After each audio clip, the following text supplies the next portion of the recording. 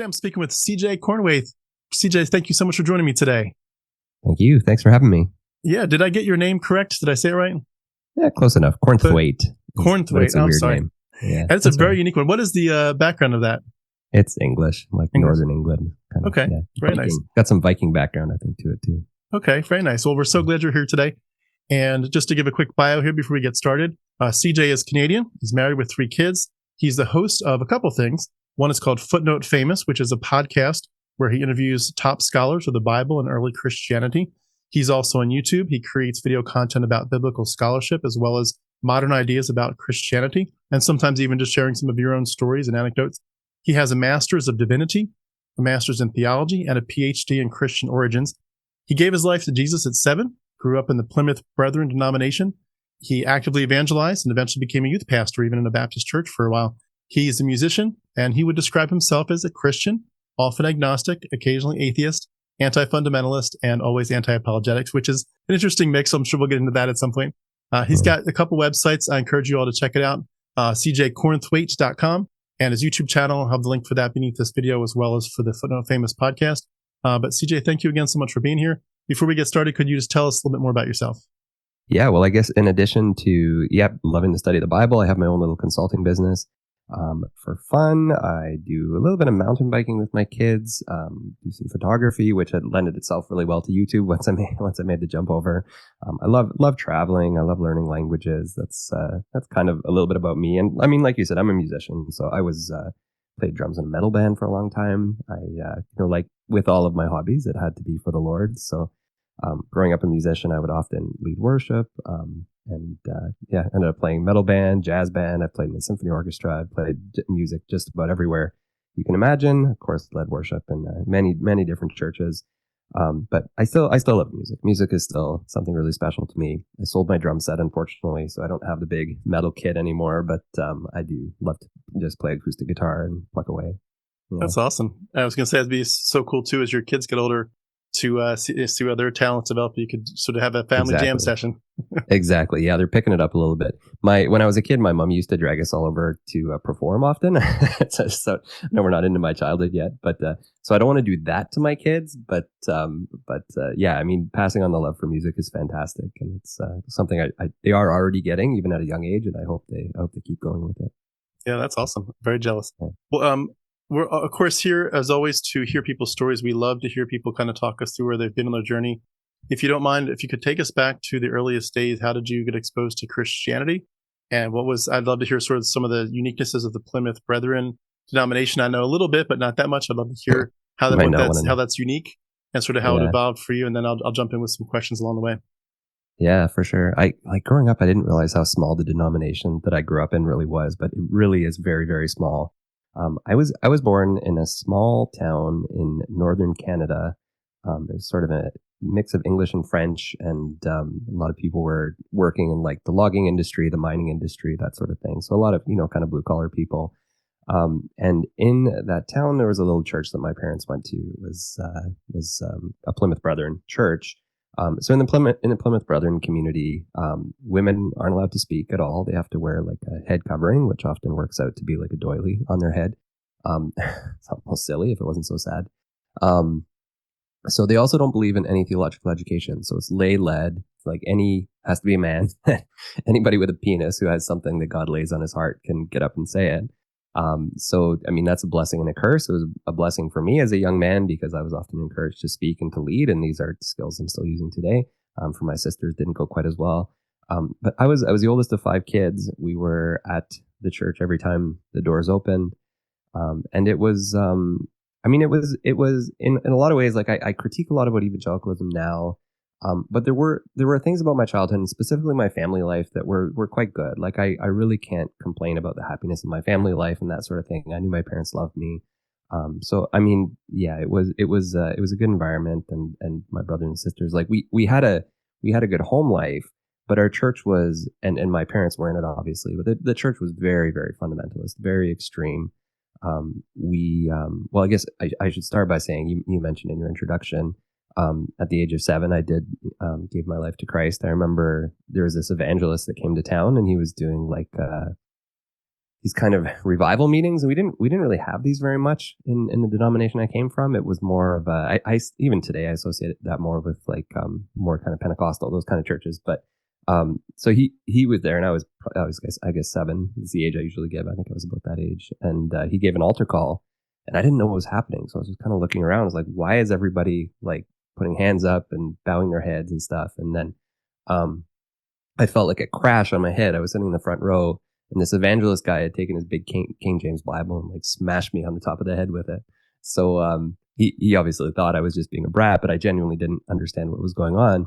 But I think what clicked in that moment was like, oh, that was a chance to get saved, to do the thing that I sort of like, I kind of was understanding a little bit. And I was like, oh, I should have done that. And then I started to feel like, oh, I lost my opportunity. And anyway, so that, percolated for a little bit. And I ended up, like, going out by myself kind of somewhere and kneeling and praying the sinner's prayer, doing that whole thing.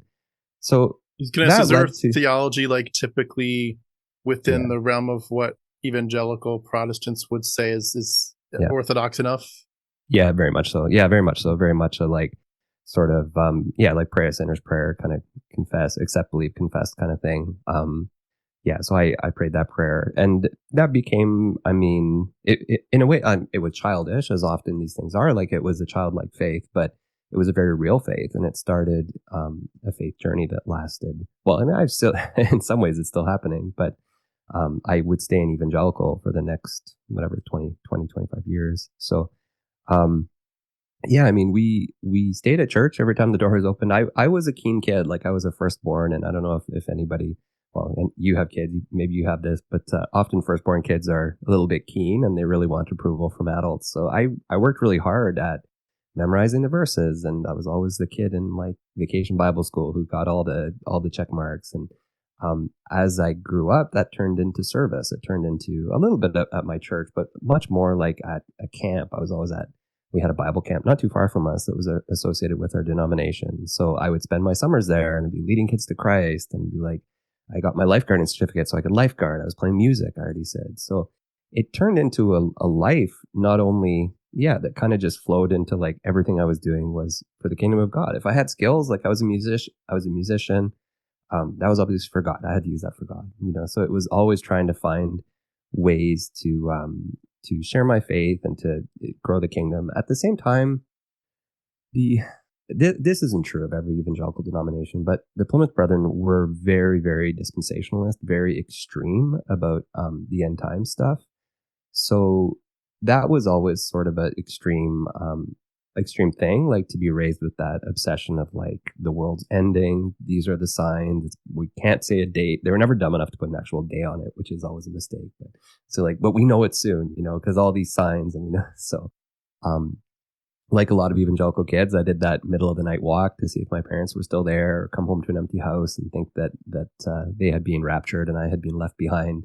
And then these really messed up movies, The Thief in the Night. I don't know if you ever saw those ones, but you remember those. Yeah. I actually, on that note, the main character of A Thief in the Night, the guy that was like the preacher and so forth, his son has deconstructed. Met. Oh, you've met? Okay. Yeah. That was an honor to see his son. It's amazing how some of these, and Chuck Swindoll's son as well, but the tables turn. But anyway, go ahead. Yeah. So, those movies were pretty extreme for a kid to see, and certainly left an indelible mark. With that, came all sorts of different. I'm trying to think about like some of the other angles that like those extreme ideas take.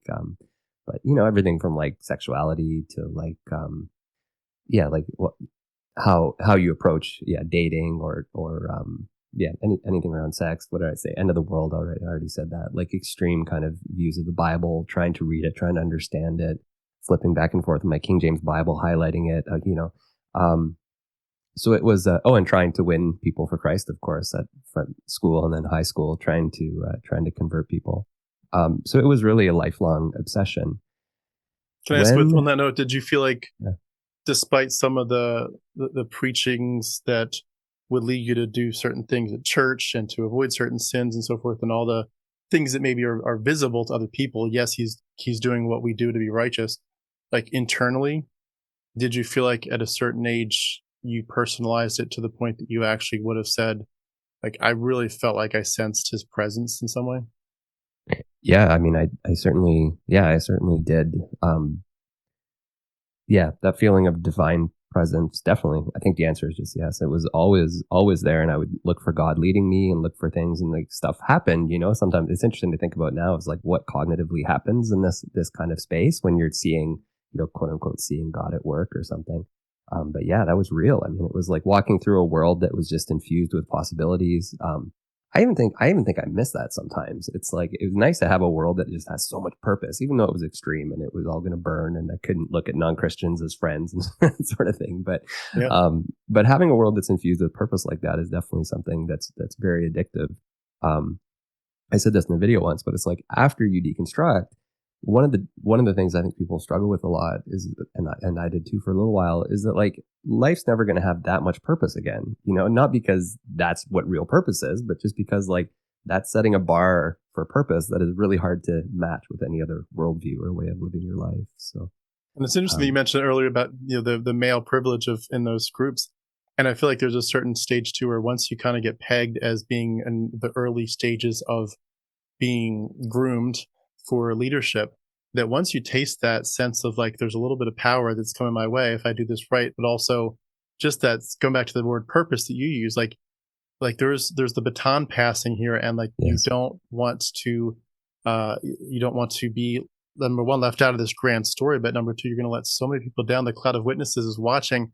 Be there, step up to the plate, be counted, make it a difference, and that that the legacy and the heritage is so critical, and that it all becomes like, it obviously becomes about sometimes just the rewards. Like, I want the crown, but also it's like you want to be part of this grand story, and it's like the story's already ongoing, Yeah. and it's almost like you can say to yourself, I'm already given like a seat at the table because I'm saved. The question Yeah. is like, do you want to bring other people with you to this grand feast? And the selfish, it really, I think, again, going back to purpose a little bit, it makes you less selfish in a certain sense, because you're like, I'm willing to give up anything for the sake of giving other people who maybe even Mhm. haven't had as many chances as me, or as much privilege as me, to be exposed to the gospel and to good theology, to say I can be a linchpin to bring them in and to help Yeah. other people, and the whole sort of the triangle, the you tell two people, they tell two people, like you think, if I don't do this, there's so many people that are going to be negatively impacted, and you get that sense of like, I'm really important. And of course, it's always to God be the glory for everything, but the importance sort of unwittingly swells. Like, I'm a little bit of a 10-year-old big deal here, and it gets to your head if you're not careful. And I think a lot of us sort of feign the humility of like, I'm just doing it to be grateful for my salvation, but in reality, we're sort of under the surface tasting a sense of the power and the importance, and we like it, and it kind of gets to you.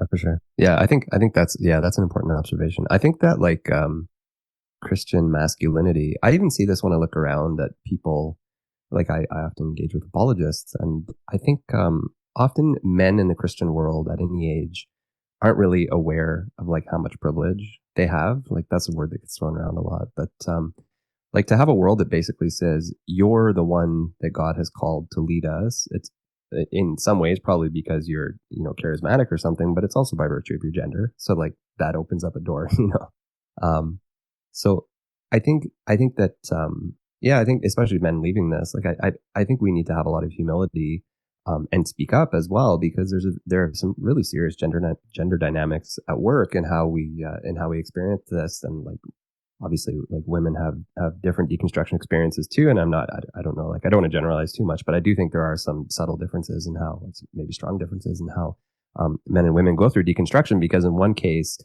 um, look at my sisters, for example. It's like the difference between a world where you're told like God, like basically you are called to lead us and this is what God says, and a world where it's like you are called to have babies and this is what, like sit over there and shut up. Like those are both messed up in their own way and have different baggage, but they're different experiences. So yeah, I mean, I think we need to be aware of that kind of stuff for sure.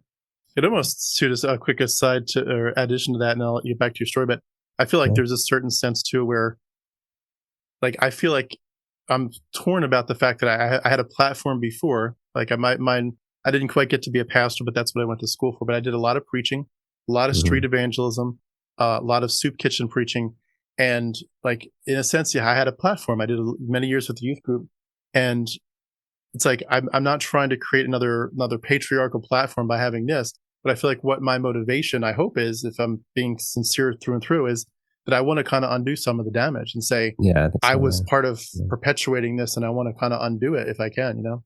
Yeah. Yeah. No, that's a great way to look at it. I think in terms of like that privilege word too, it's like, how do I use the privilege that I have, such as it is, to like undo those systems and, to use my powers for good or something. I don't know, like have a positive effect. So I agree with that. And like you, I mean, I, converted some people. I led kids for a long time as a youth pastor. So I certainly, thankfully, I don't have a lot that I really look back and I'm just like, I shouldn't have done that. There's a little bit, but for the most part, it really is just trying to be like, yeah, let's be a different kind of voice in the world moving forward, for sure. Hmm. Yeah. Were your siblings all similar to you in the sense that they loved the Lord and were active in church? Yeah. I think they definitely are, and we're all in mixed places today. A couple of deconstructed, couple are still in it. So just, yeah. And we actually still have a pretty good relationship today, notwithstanding the fact that we're in different places. So, That's awesome. I mean, even like none of my siblings are as extreme as what we grew up in. Like we've all evolved in our own way and found different ways to relate to faith or not faith or whatever. So, yeah, but we did definitely our story at the beginning looks fairly similar. Yeah. That's awesome. Yeah. It's amazing how many times you hear that. And especially if you're in more of a ultra conservative group where it's not just that we all change, it's that we literally see everyone else around us changing. I went to a Bible college where in the first year you could not play cards or go to the movie theater. And literally within those 4 years, by the time I was done, that was a complete non-issue. I went to another school where you could not have interracial dating. By the time that, a year or two later, I heard they switched and interracial dating was just fine. It had been an issue for 50 years. Now it's just fine again. And it's just, you can't help but change because everyone else is doing it too, you know? My God, I've never even heard about like banning interracial dating. Jeez. It was a conservative college called Bob Jones University. Have you heard of them? Okay, yeah, I've heard of it. And Pensacola is very similar. It was, long story short, I think there was some political pressure that they were trying to be very aligned with Republicans.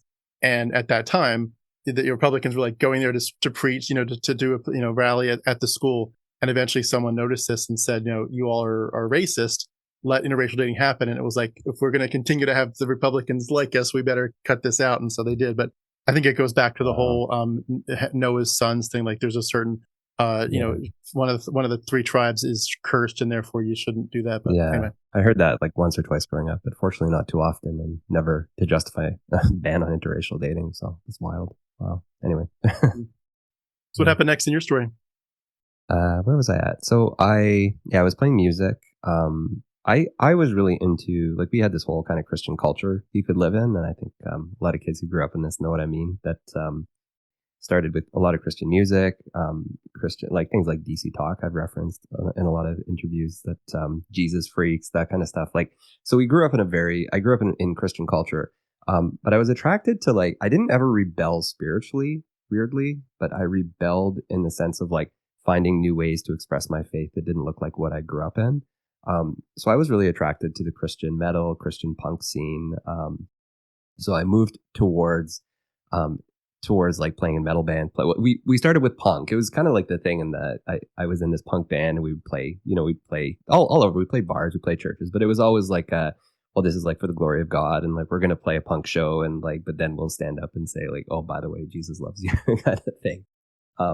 So we did that for a while, and then I stayed in the same band for a long time, but we sort of morphed to be more like metal. We were listening to bands like Under Oath, or I still love, there's a band called Norma Jean I still love today. They're still going, good old Christian metal. So that was kind of the scene I was in, and like everything else, it was doing it for the glory of God. So I moved south to university and eventually moved in with my band. So we lived together for a couple of years before it kind of ended in a bit of a disaster. But we were down in southern Ontario, so southern Canada now, pretty close to the border actually. So same thing, like playing shows, trying to write music, trying to use it all for the glory of God. And we had some little mini tours around, and we did, played shows around Ontario, which is the province I live in.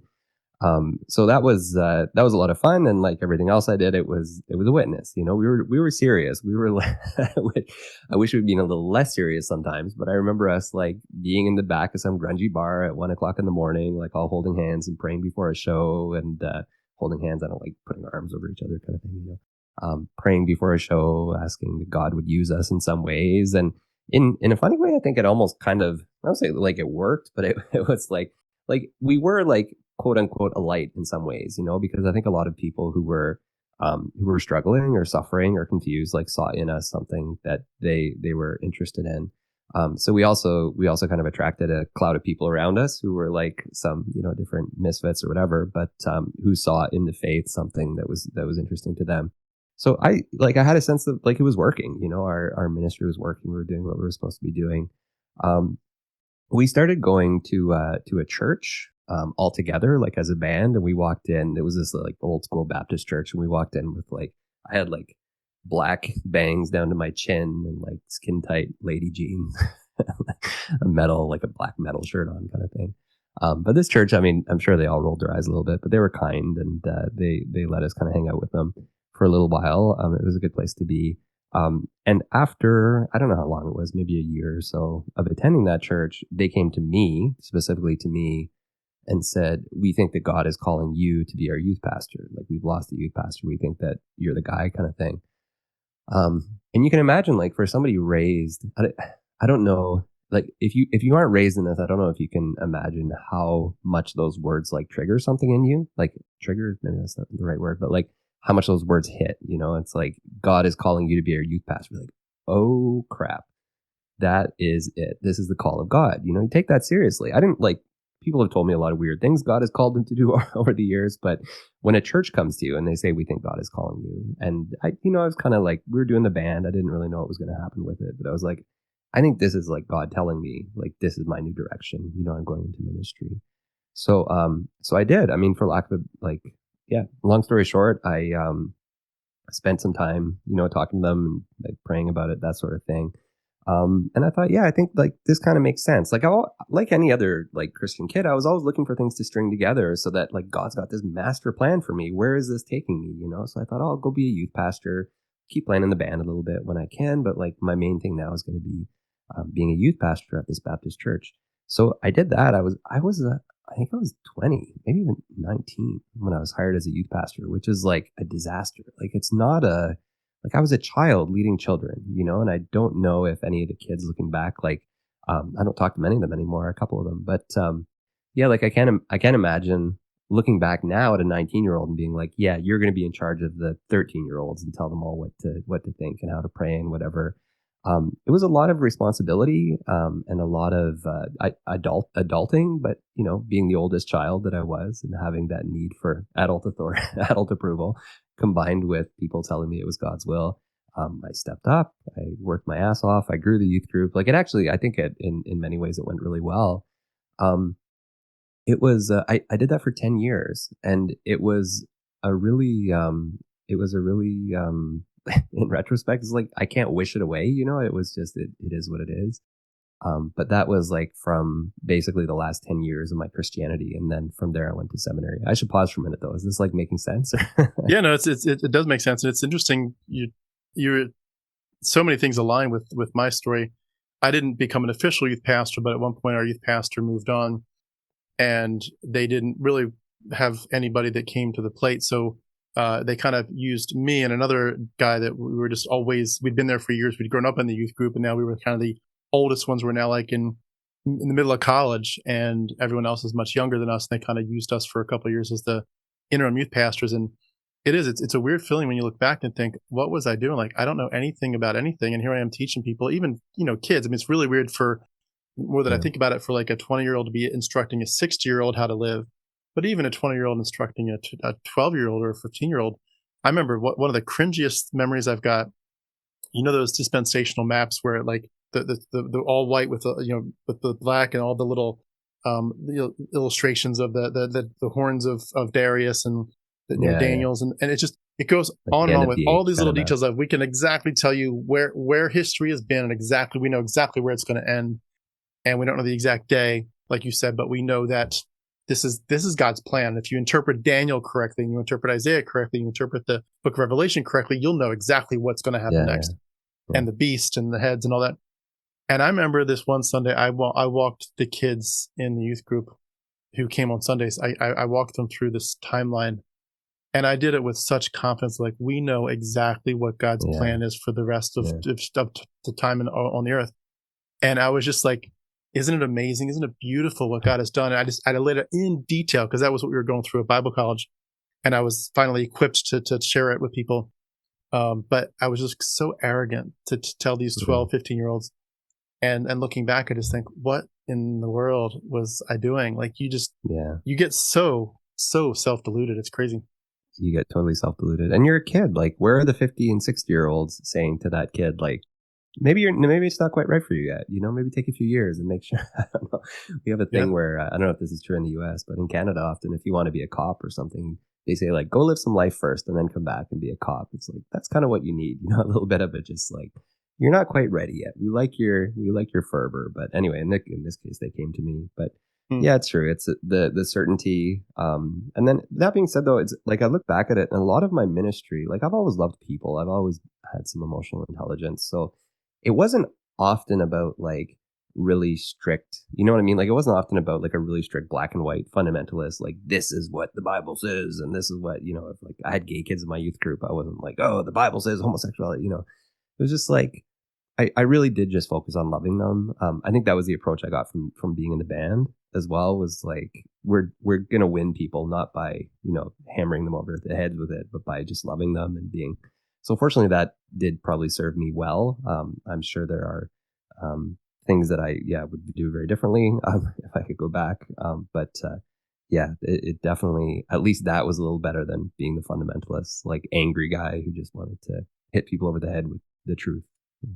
No, a lot of times, in the stories, we eventually get to a point where you're really addressing like head on what were some of the issues. But before we get quite to that stage, do you remember anything looking back that you would say at the time you wouldn't have considered it deconstructing, but looking back now from this point, you'd say that those were some early seeds there. That didn't make sense. Like you mentioned that, the gay kids in your youth group, was there anything that just made you think twice and sort of chalk it up to, I guess, that's a question for when I get to heaven, God, how should I think through this, or just like that splinter in your mind of like, this doesn't make sense. But thankfully God's, a mysterious God whose ways are higher than ours. So I'll just let it go for today. Like, was there anything that really stuck with you and later maybe even developed into like, that's a real issue? Seeds of doubt or something. I actually don't think so. I'm trying to think of like if there was anything. I was weirdly overconfident. Like it was a combination of like feeling this plan of God and like having these moments, like the church coming to me and like, so it was like, there's no question that God is behind this. And this is like the universe lining up for me to be like who I'm called to be. So there was that kind of self-delusion mixed with like the delusion of the crowd of guys that I hung around with, that like if one of us was a little weak in our faith one day, the other one was like, let's pray together. And so, you become, what's the famous quote about, you become the 5 people you spend the most time with or something. So I don't really remember a lot of times like there were, I don't remember a lot of times of doubt. I was just really, really overconfident, really like the thing I'm thinking of is like the overconfidence of just like a mediocre white dude, like just like super overconfident, like very little humility, very little understanding of like where I fit in the picture of things, and the people who were being left behind by the communities that were seeing me as their savior figure, but ignoring a lot of other people and pushing them out. And I just didn't see it. I didn't see it until I really started deconstructing. Yeah. It's amazing too. I think for a lot of us that get into going to the schools like you went to, even much more Christian education than I did. I did a lot, but nothing like that. But you get to a point too where if you're in the right, right in quotes, so in the right groups, you just feel like, there's people that are like godly Christians that are 70, 80 years old that have been through the dark valley of doubt, and they have found answers, or they have found their faith restored despite the lack of answers. And for me, like I loved Michael Card. You know that name, Michael Card, the musician? The singer. Yeah. And he just keeps going back to it's a mystery and it's a paradox. And you stop asking questions, and you learn that the beauty of the Christian walk is not, yes, I finally got the answer. The beauty of it is I finally fell on my knees and started worshiping my Lord and Savior. And that enraptured me. The idea of like, stop asking for all these questions before you're happy, before you're satisfied. Learn to sit at the feet of the cross and just be quiet and listen. And like Job, stop asking questions and stop trying to argue with God. Just put your hand over your mouth and say, God, I don't know what I'm talking about. Please, I'm ready to listen. Yeah. I yearned for that so much, and that squashes your your intellectual questions because you're just Yeah. like, I should not need that. It's funny. I was like, this was about the time I discovered Christian apologetics as well, which I rail on a lot on my channel. But I think that was the other source of my confidence, was reading people like Ravi Zacharias, a little bit of C.S. Lewis. I knew I had to like C.S. Lewis. I didn't. Well, okay, I love Narnia to this day. I like the Narnia books, but like C.S. Lewis, the Christian apologist, I knew I was supposed to like things about him, and but I just didn't really get it that much. Ravi Zacharias was big, like people, John Lennox, people like that. Spent a lot of time listening to them. So that was the other source of like confidence, right? Is like, look at all these smart people. These people have PhDs from places and they're, super intelligent. And like, obviously I'm in the right camp here because they also believe the same things I believe. So. Yeah, it's amazing how that those get you, and you do feel like you're part of the great cloud of witnesses, and it's time to just step up and be part of it. Well, Yeah. what were, in terms of just right before you talk about maybe some of the earliest seeds where you can say this definitely deconverted me, like what was the context in terms of your young adulthood? I know at some point you obviously got married. Did you get married with the sort of the traditional understanding of like we're here to, yes, love each other and as normal humans, but we're also here to shine for God's glory and to make his kingdom known as it's in a sense through us and through our family. Yeah. You just made me remember my one point of, straying, I suppose, in high school. So this leads into how I got married, but, not directly how, but, I had one little, can I call it dalliance in high school with with a girl who was not a Christian. So we had a little thing and that ended badly and we went our separate ways. I went off to university in one city. She went to another city. But she went to this other city and like got saved with Campus for Christ, and started doing ministry there. So we ran into each other about 2 years later. And like, I liked her in high school. I just was like, this is a non-Christian, this is a non-starter, and at this point now I meet her 2 years later and she's saved. Like, this is also God's plan, right? So, we got married. We are still married. We really do love each other. So this is not just some kind of like, wasn't an obligation thing. We're still married and we have 3 kids, but, That's awesome. Yeah, that was kind of the way that I came into getting married. So, she was raised a Catholic, and then converted later. So she's had her own story of deconstruction. She's had her own journey. I think the Catholic thing was really, I kind of tease her sometimes because I remember when I was deconstructing, it was harder. I tease her about it now. But when I was deconstructing, there would be things I would say. I'd be like, "Oh, this can't be true," and she'd be like, "Well, who cares?" Like, how can you say that? Like, so she didn't have the socialization to be as bothered by certain things as I was. Like, her faith was real. Like, her conversion to like an evangelical form of Christianity felt really real to her. But she didn't have that deep level socialization to be like, there's a mistake in the Bible. This means something. She was like, well, who cares? Like, Jesus is my savior. I love him, so yeah, I think that was probably a good thing in retrospect that she wasn't like, didn't come from where I came from. So when she deconstructed, she's still a Christian. She kind of has, we both hang out in like a liberal, this is a spoiler alert, but we both are kind of liberal Protestants now, but she kind of rediscovered that Catholic faith, which the evangelicals told her you're not allowed to have because it doesn't count. So you have to convert to the real one. So she's been on her own journey too. But yes, we got married. I think I was maybe a year or 2 into being a youth pastor. Of course, her job was to be my helpmate. My name was on the paycheck. I was the one who went to the meetings. She did half the work and got none of the credit. She did get some credit, but definitely not as much as I did. Because she's working with the girls, I'm working with the guys, right? So we served together in that sense for I guess 7 or 8 years before we left, and then I started my deconstruction. Yeah. When you just, while we're talking about your marriage, did it ever become an issue where one of you sort of jumped into deconstruction and the other was like shocked and like, what are you doing? Or did you all kind of have a relationship where you could kind of respect each other's, ping ponging through your belief system? It was hard. It was harder on her, because I deconstructed first. And like we had, like, yes, she did convert to it, but like we spent 10, however many years, I said 7 or 8, in ministry together. We were still going to an evangelical church. We had moved cities at this point because I was starting a PhD, kind of at the height of it. I started deconstructing during my Master of Divinity, I think. So this is a couple years later, but it had kind of skyrocketed, kind of ramped up. And first year of PhD, it was really roaring. So she, I mean, it was hard on her. I was really, very, what's the word? Like I was just angry. Like I was just furious at everybody because I felt like I'd been lied to my whole life. I wasn't mad at her, but a lot of the things I said to her felt like attacks at her because it was her faith, right? So I'd be like, well, this is, do you swear on your channel? Can I swear? Yeah, absolutely. Okay. Okay. Be like, well, this is bullshit. Like, I'm not doing X, Y, or Z. And she would say, like, that felt like an attack on her. If I'm calling it bullshit, well, it's her faith, right? So that was, I certainly did not handle that as well as I could. I should have gone to therapy a long time before I did. Still haven't had as much as I need. I still need some more, but yeah. So she definitely took the brunt of it, I think. And we have good communication, so we'd have big talks about it. And when she was in the mood to listen, like we could listen, like we'd talk about it, and she was great to like listen, and eventually sort of would see often that I had a point in the things I was saying. But yeah, I think she did bear the brunt of it. So she started deconstructing. Maybe I guess like maybe 3 or 4 years after I did, and then we sort of just kind of kept going together. But she always said like God still felt real to her, like it still felt like, like it was a real thing. So I think I haven't asked her in a year, so I guess maybe now, because we don't actually talk about it that much. But I should ask her what she feels about it now. But anyway, yeah, I think she would say she still has faith.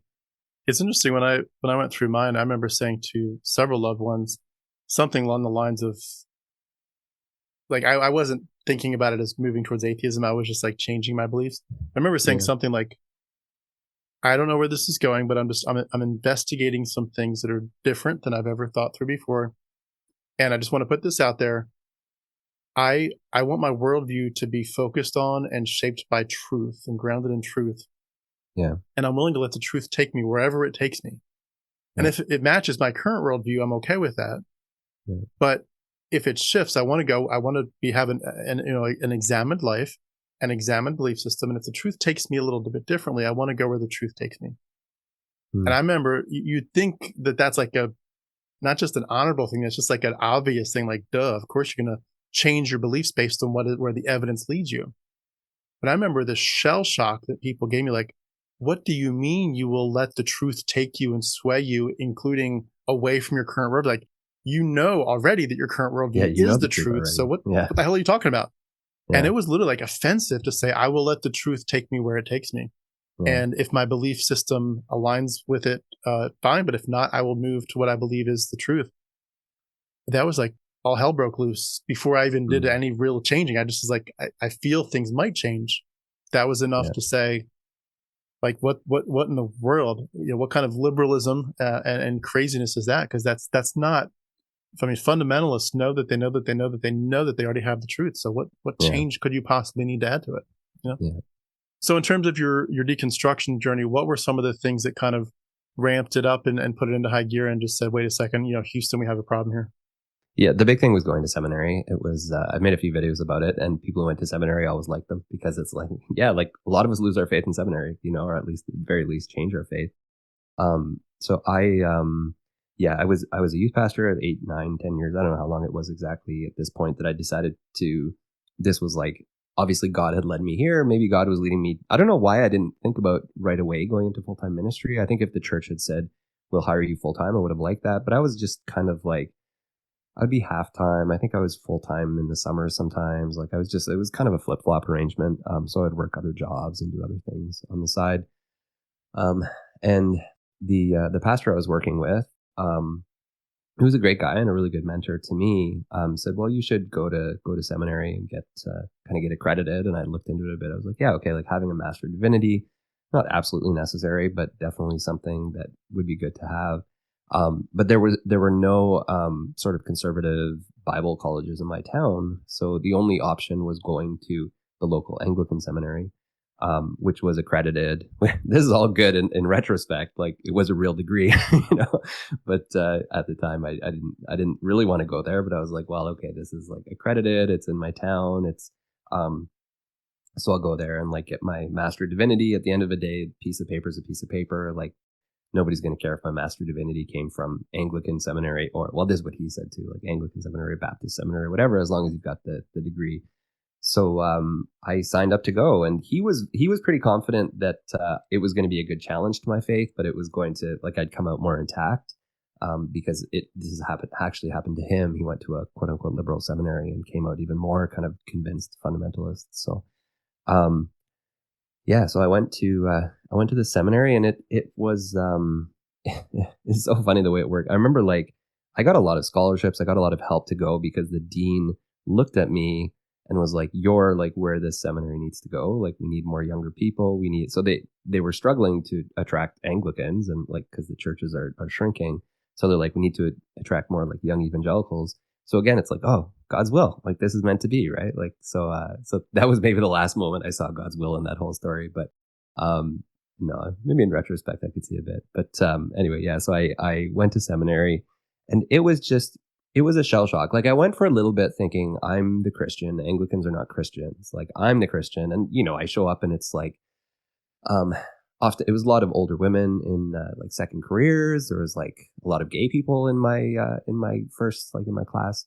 So I'm looking around like the young white evangelical male, eager, just like, this is pathetic. Like God help you all.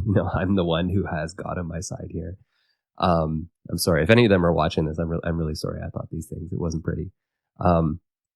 But I remember one moment. There's one really lovely guy who taught a spiritual care course. He was an Anglican priest, but I sort of judged from talking to him. I think he's a Christian. Like he kind of speaks the right lingo, and it kind of hit me in the right way. We were talking about the Bible one day, and he told me, well, he said like, I don't really, I get that you think the Bible's inerrant. I don't think so. He's like that. The thing I couldn't get past is a contradiction around how Judas died. He said, you just can't really reconcile it. And I was like, yes, you can. And went home and read it. And was like, oh shit, no, you can't. It's really like, it's not, if you actually read what's at the end of Matthew and what's in Acts, it's not really reconcilable. It's two different legends, two different myths about how Judas died. I did a full thing on my channel. I had a lot of fun going. I just spent like an hour on Judas' death on my channel.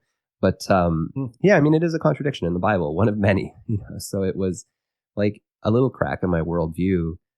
And even today, when I tell that story or I say things about Bible contradictions, a lot of people come back and be like, "Well, so what? Like, why does it matter? If why was that enough to shake your faith? If it was a real faith that, like, you built your whole world on something very confidently, very assuredly, like there are no contradictions in the Bible. And then from that stems all of these things because our epistemology is based on this foundation, right? Like, so you start to crack your foundation. This is almost sounding spiritual, but like you start to crack that foundation and all of a sudden you start to question everything. So this was the point where it was like, I started going hard. I was a good student. I loved being a student. I learned Greek. I learned Hebrew. I did a lot of this kind of stuff in seminary right away. I was like, man, like you're starting to see stuff. You're starting to see manuscript like differences and text critical problems and things that were in earlier versions of the manuscripts that weren't in later ones, and like all of these types of things around the Bible, mythology, or seeing like where things came from, seeing like Catholics have a different Bible. Why is that? All of these kind of things. So it was just like realizing, and like you, it's like you framed it as a search for truth, and like I wasn't necessarily looking for truth, but truth like kind of smacked me in the head whether I liked it or not.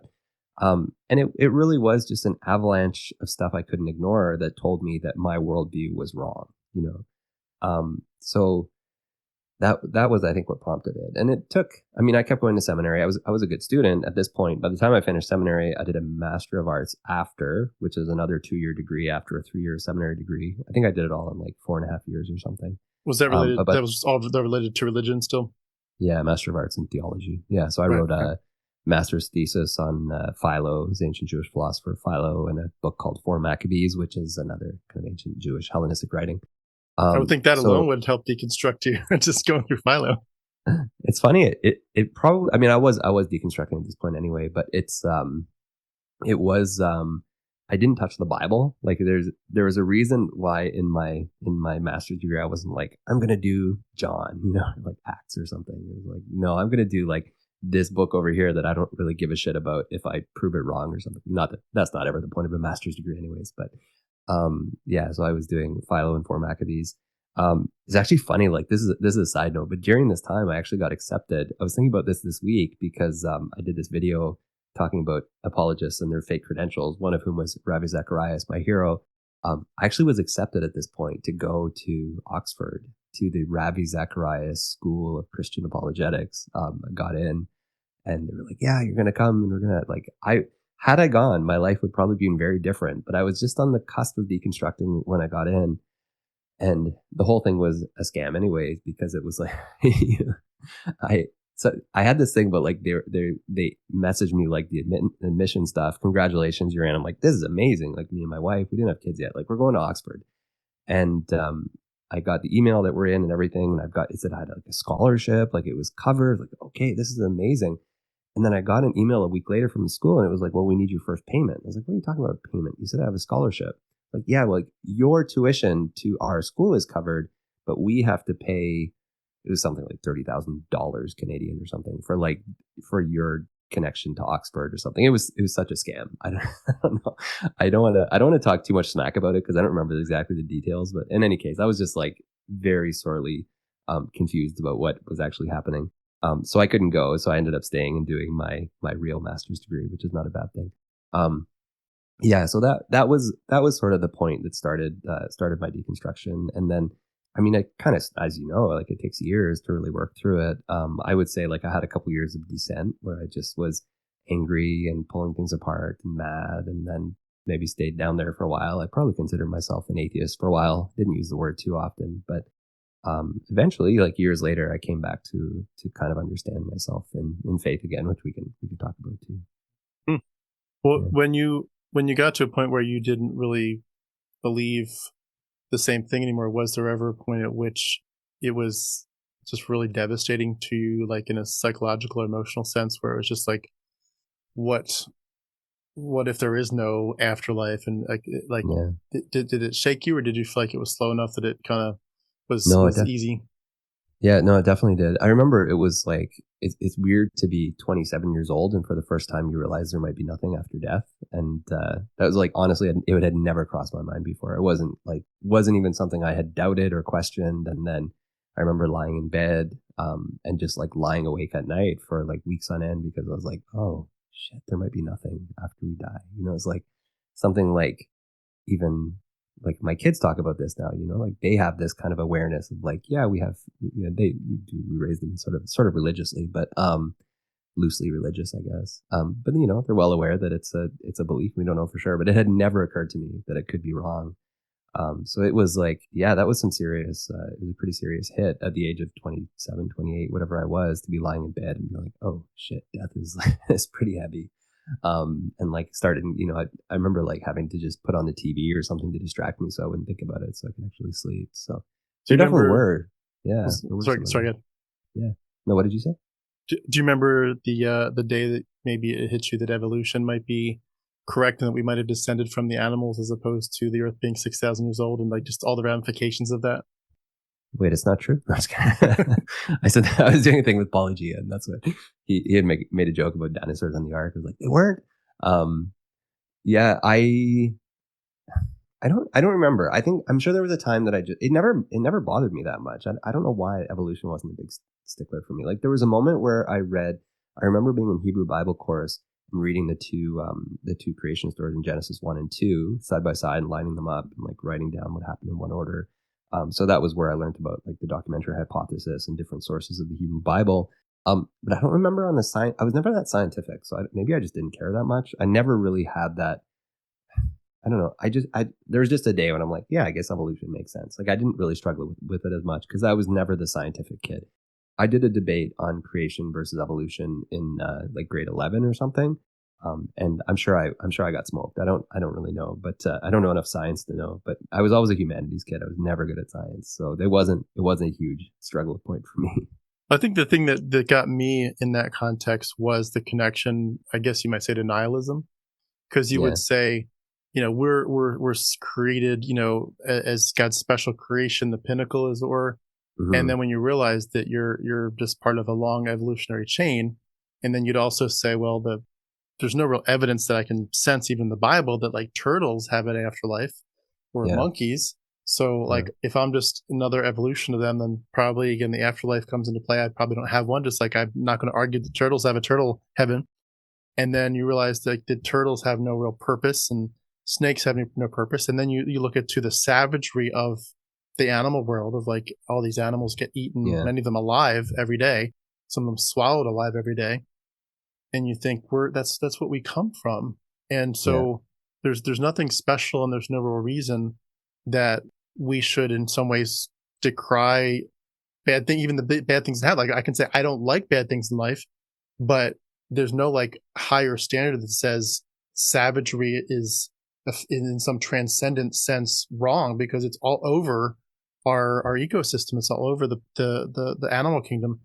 And so it's like, I don't like that. Like, it feels like there's no higher standard. It feels like morality is crumbling. It feels like, for sure, at least there's no purpose. And it feels like nihilism is just storming the doors. And when you kind of realize, like, I don't want to live in nihilism. I don't want to like just say to myself as a mantra, life is meaningless, life is meaningless.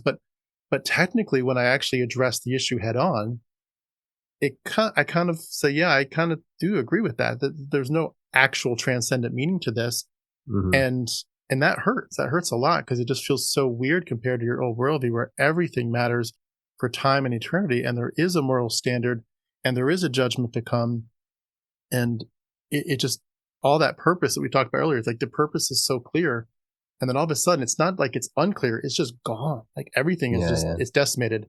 It's not Yeah. halfway there. It's zero. And Yeah. when that hits you sometimes for the first time, it's like, oh my gosh, like that's almost as big. It was almost as big for me as realizing that there may not be an afterlife, is realizing that Mm. I'm just another animal. And boy, that at first shook me up. I alluded a lot to that illustration in the Matrix where they plug him in to teach him jujitsu Yeah. or kung fu, Yeah. and he just all of a sudden, like, they hit the button and he's like, oh my goodness, like, oh shit, like what just happened? And that's what it was like. It's like, oh shit, what just happened? Like everything that was near and dear to me and important to me is suddenly, in one fell swoop, in 1 hour, in my case, just gone. Yeah. I was like, wow, that's craziness, you know?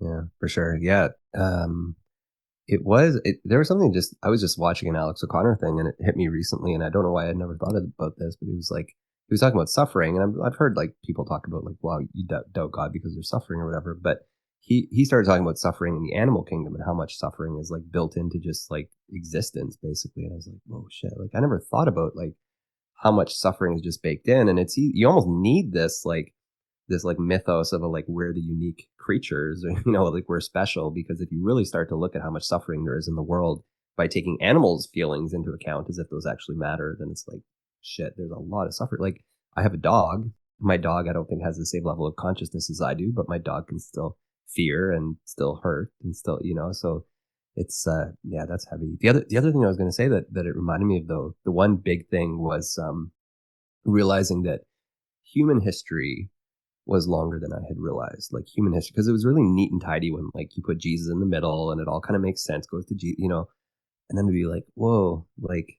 thousands of years of like Egyptian civilization before Jesus, thousands, like these ancient civilizations that like we're just finding now at the bottom of an ocean that is like 12,000 years old or something. It's like, geez, like these are people that, like, you start to take those people into account, and all of a sudden, like, Jesus isn't neat and tidy at the middle of history anymore. All of a sudden, it's like, yeah, like if you really want to argue that God looks at 20,000 years of human civilization, whatever, I don't know what it is, but and then decides like, okay, now's the time to act. Christopher Hitchens used to make fun of this all the time, and he was right. It's like, oh, now we have to send, and this is enough. Like all this bullshit of thousands of years, like no, now we're gonna step into like Galilee and this backwater of the Roman Empire. It's like, it's I think often people who want to think in these fundamentalist ways need to keep that 6,000 year history, because once the Earth is a lot bigger, that moment becomes a lot less significant, I think. Yeah. Yeah, it really does. And it goes along with sort of the biblical inerrancy, is that you know that that's a linchpin, that if that falls apart, everything else does. But also just the Mm-hmm. idea of, I kind of have a picture of how history's gone, and once you realize that that's gone, and it's like, it's not like you replace it with a certainty of what happened. You're just like, I don't know what happened, but Yeah. you see some of this stuff when you really include all the hominids, and what are we talking, a couple 100,000 years even, it can really send you down a bit of a dark path at first. Did you feel like you went through any depression as you deconverted, or did you feel like you were okay to sort of hang on to your own mental health through it? I Yeah, it's a good question. I don't know if like I would have been diagnosed with a depression or something. I went through one more, like after I finished the PhD, couldn't get an academic job, went and started working like a normal big boy job that wasn't in academia anymore. I went through a bit of a depression then because then it was really like, well, what's all this for? But I think in this moment, I still had I was still in the academic world. So I was like, well, I'm not going to go be a pastor, but I'll go be a professor. So I had this like treadmill I was still on to keep grinding and keep like publishing and researching. And I was still genuinely interested in the questions. So I don't think there was a huge sense of purpose or purposelessness right at that moment because I had so much going on. Like I was in a PhD program at a really good university and I was like grinding. I ended up like going to Germany and going to France and going to Greece, like living in different countries doing research, like all this. So it was a big, like I had my eyes on a big prize, I guess is what you would say. So it didn't hit me for a long time after. So at this moment, no, I don't remember any like real depression. I just remember being an asshole, my wife, but otherwise not much. Yeah. When you did finally sort of get to this point where you're thinking through such incredibly big issues, some people do go to the level of agnosticism or atheism. You've kind of given yourself an interesting title where you've kind of mixed a bunch of them. And I'm just curious if you could start with, I mean, I want to talk through it, but I also just am curious, like, what do you mean when you say all those things? Because it's, for a lot of us, we feel like we want to move away from it and just kind of draw a line in the sand. And it sounds like there's a little bit more nuance there for how your journey's gone and how you see it now. Yeah, I'll do my best. I'm never like, sometimes I make videos about it. And I'm like trying to like, I still don't think I've really mastered talking about it. And I was never a very good theologian or philosopher. I was a much better historian. So, I'll try my best. When I was studying religion in religious studies department, I loved sociology of religion. Like that was my jam. Anthropology was interesting. Sociology just like made sense to me. So looking at the way that religion, and I'm going to say like religion evolved as this human phenomenon, this like sociological phenomenon that all humans seem to have. You look at human groups all over the world, they all seem to have different elements of religion. And even like one of the problems, like this is a meta problem in religious studies, but the way that we define religion is notoriously problematic. So the study of religion was largely made up by Protestants, some Catholics, mostly Protestants in Western universities. So they basically took Protestantism and tried to map it onto the world. So they're like, well, Muslims have a God, it must be similar to our God. Like I don't know if you've ever seen, like we used to have these even when I was an evangelical, we'd have these books about like world religions, and it'd be like, what's their God? What's their Bible? What's their like main beliefs about the afterlife? Whatever. Right. As if like every human religion can just be mapped onto this like very simple like structure. And when you start studying religion, it does two things. First of all, it breaks apart that idea. Like you can't compare like the mere act, and this is sort of the meta stuff that goes on in religious studies, but like by the mere act of naming religion, you're creating it, you're inventing it basically by saying like this part of your life is religious. And for a lot of people throughout time and history, there's been no separation. It's just like life is life. It's not like my job is over here and my faith is over here. It's like it's just all part of your life, right? So that's been a big churn in religious studies, in academic like religious studies departments, to critique how we came up with the study of religion. So at the basis, like what do you have left? Religion is a way that we map human behavior. It's us looking at human behavior and saying like this, making rituals, this is religious. Doing X thing isn't. Like if you eat a meal every night, it might not be religious, but if you formalize that meal and you do it every Friday night with a group of people and you say certain words, that might be religious, So it's this process of like ascribing to human behavior this unique category of religion. That also undoes a lot of what I thought, like what I was raised in to think that religion was, which was basically about like truth propositions, which is very Protestant, very like, just like you need to believe the right things. If you think the right things in your head, you're going to heaven, essentially, right? We ascend to the right things. Realizing that even in my Protestant evangelical religion, we still had rituals. We still had like all of these things that other like human communities have, we had as well. So studying religion, I came to see religion as just a human phenomenon. I don't know if it's inevitable. I might argue that it is, but I won't, especially because this is an atheist channel. I don't want to get atheists mad at me. But I think I think it's a genuinely interesting question whether or not religion is just inevitable for humans. And we could even look at it like anthropologically, like from an evolutionary standpoint. Like, did we just evolve this thing? I interviewed this guy not too long ago. He's super interesting. I have him on the channel soon. But he argues that It's actually religion that gave us our sociality. That basically we could evolve advanced societies because of religion, because we needed this kind of shared mythology to help us understand our emotions and to frame like moral behavior and all this sort of thing. So it's not about like God coming down. It's like saying we evolved religion, which is a really interesting question that obviously we can't can't answer right now. But as I studied religion, I came to see it just as a human thing. And for me, being a human and trying to figure out like a little bit about who I am and where I came from, also realizing that a lot of the luxuries I've had of studying were things like most people don't ever get to do. Most people don't get to go study and travel the world. Like I've been incredibly lucky, might even use the word blessed if I'm being cautious.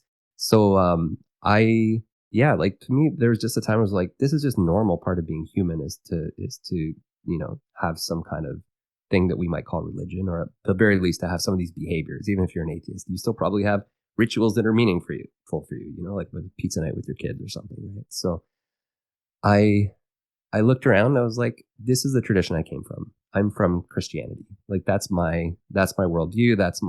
Somebody used to tease me and call it my habitus, which is a very technical term for like the kind of space I take up. So I came to eventually just kind of be okay with it. Being like, this is obviously the world I occupy. If I'm thinking about like belief, these belief propositions, if somebody says, well, your faith has to be this set of belief propositions, well, then I would probably be an agnostic because I don't really know. Or if you say that faith, the most important part about faith is like believing if there's a God, and well, agnostic, maybe even atheist. Like some days an atheist, which is what it says on my channel. But as far as like the way that I'm a human, I'm still a Christian in that sense. Like I know this part of me actually likes how much this pisses off people who like like to think they own the definition of Christianity. Because there are people who are like, well, always people like, oh, you have to believe, God sent his son or he died for your sins or whatever. Like, no, you don't. Because I know the history of Christianity. I know those things have not always been, there are certain things you could draw circles around and be like, I think that was there from the beginning.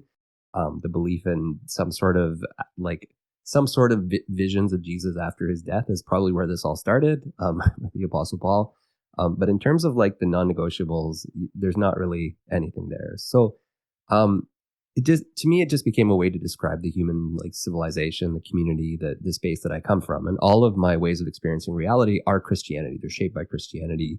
The songs that moved me were often Christian. My sacred book was Christian. So I came to see being Christian almost as not so much something I chose, but as something that I couldn't get away from. Like it's just, if I was born in a Muslim country, I'd be Muslim. If I'm Christian because that's where I come from.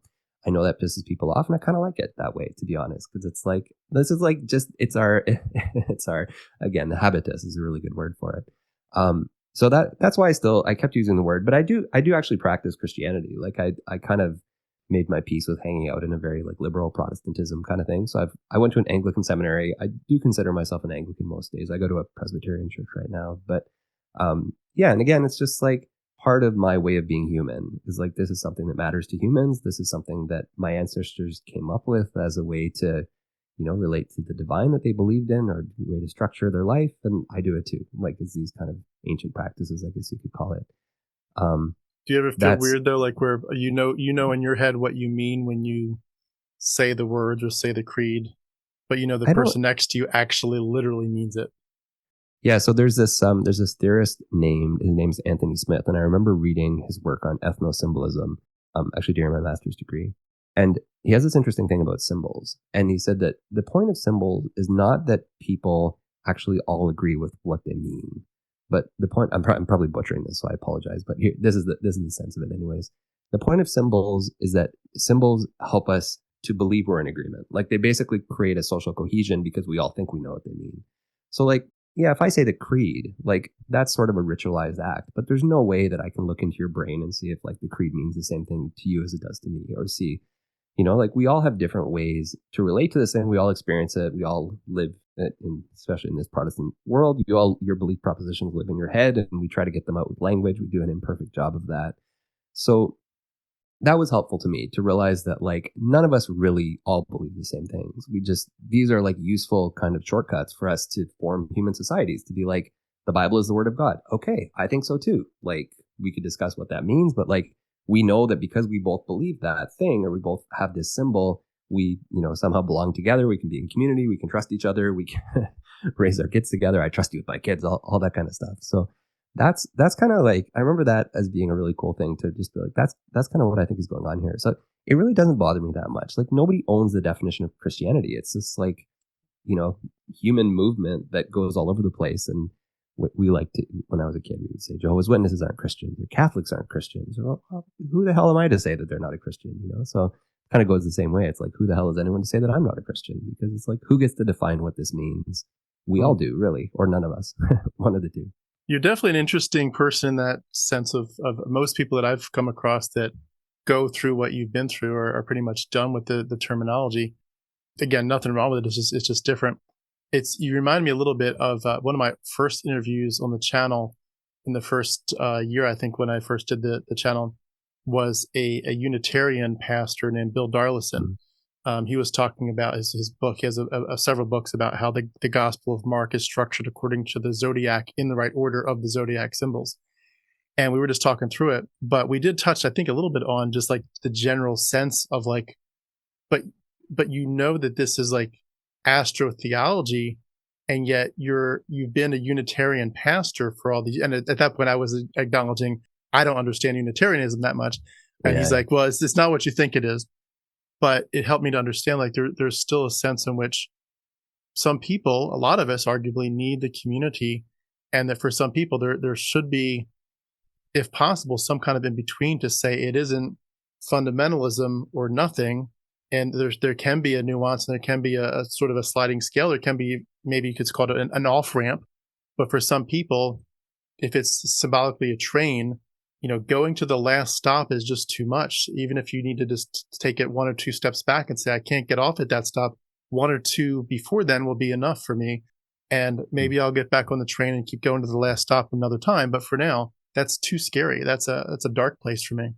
And I think a lot of people do end up needing that. And it's interesting too, when I think about, for me, like, I really enjoy Christmas. And I know people I've come across where a lot of people that deconvert kind of feel like Christmas is irrelevant anymore. And I kind of see what they mean by it, but like, I really appreciate it. I obviously don't mean anything by it religiously, but it means a lot to me because it's just in my blood. It was in my blood for 40 years. You can't suddenly ignore it as if it never mattered to you, and as if you didn't define beauty. The beauty of life was defined by things like that. And it is a fascinating thing. And I was just going to add one more thing here, and then I'll pass the ball back to you. It's interesting.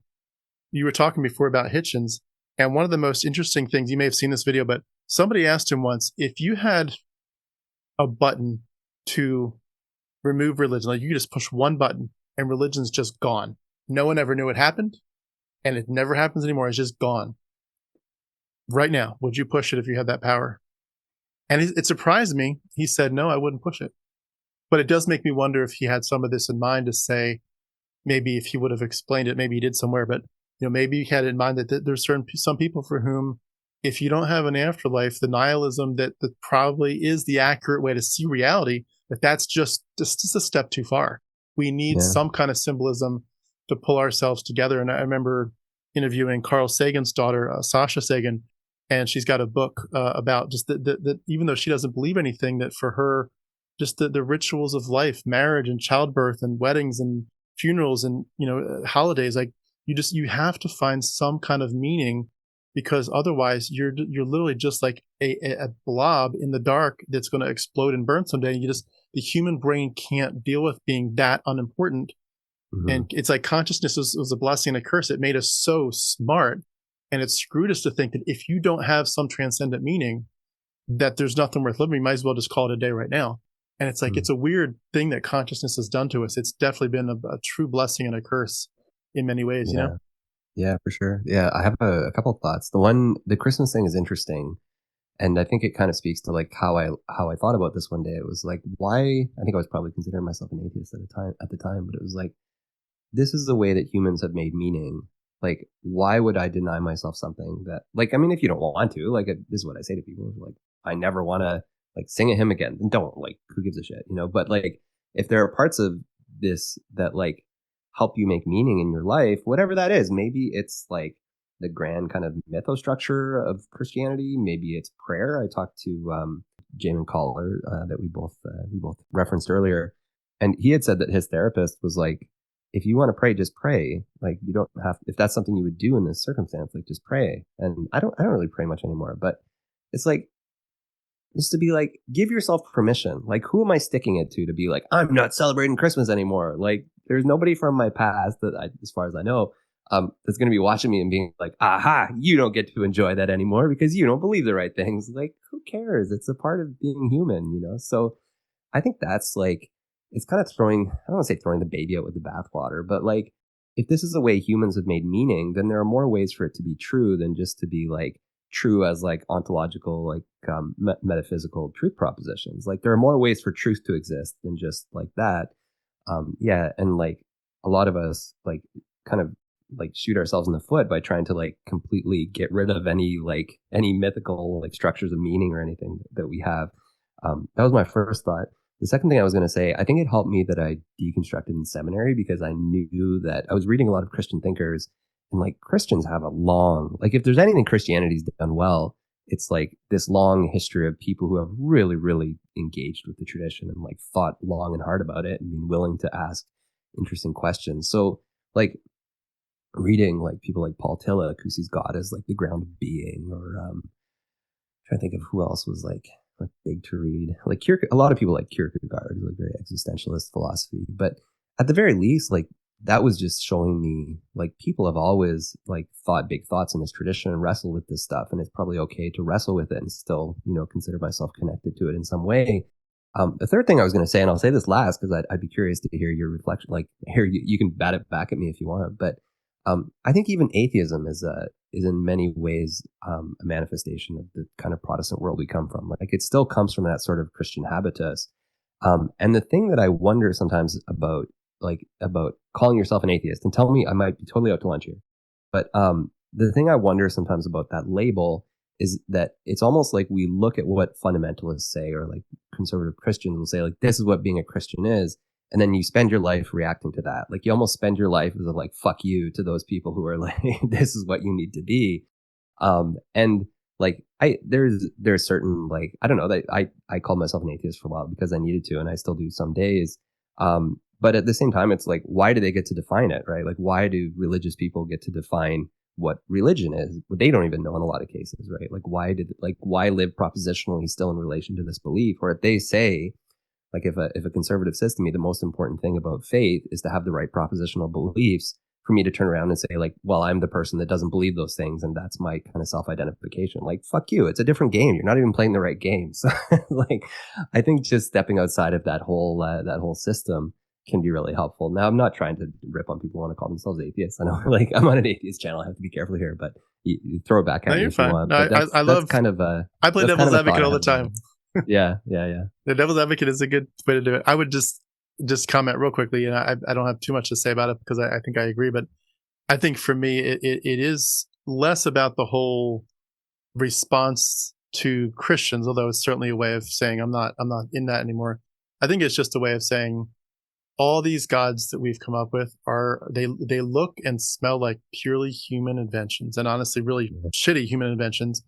That's all it looks like. And we haven't thought deeply, even the word God itself, and whether it's one God or many gods, the idea that God has to have a gender, and trying to distinguish between a God versus a super advanced alien race. I mean, if there was an advanced alien race in a different universe that's been around for 1 trillion years and they have technology that's beyond our wildest imaginations, they're going to look like a God to us. So like, how would we know what a God is, and why does a God, even the word God, like, how does it get defined? And it's just a way of saying, I reject the idea that we have any confidence in answering those questions. It leaves, of course, the wide open sense of like, okay, so you have no answers now. You're just, I'm not saying I've got any answers.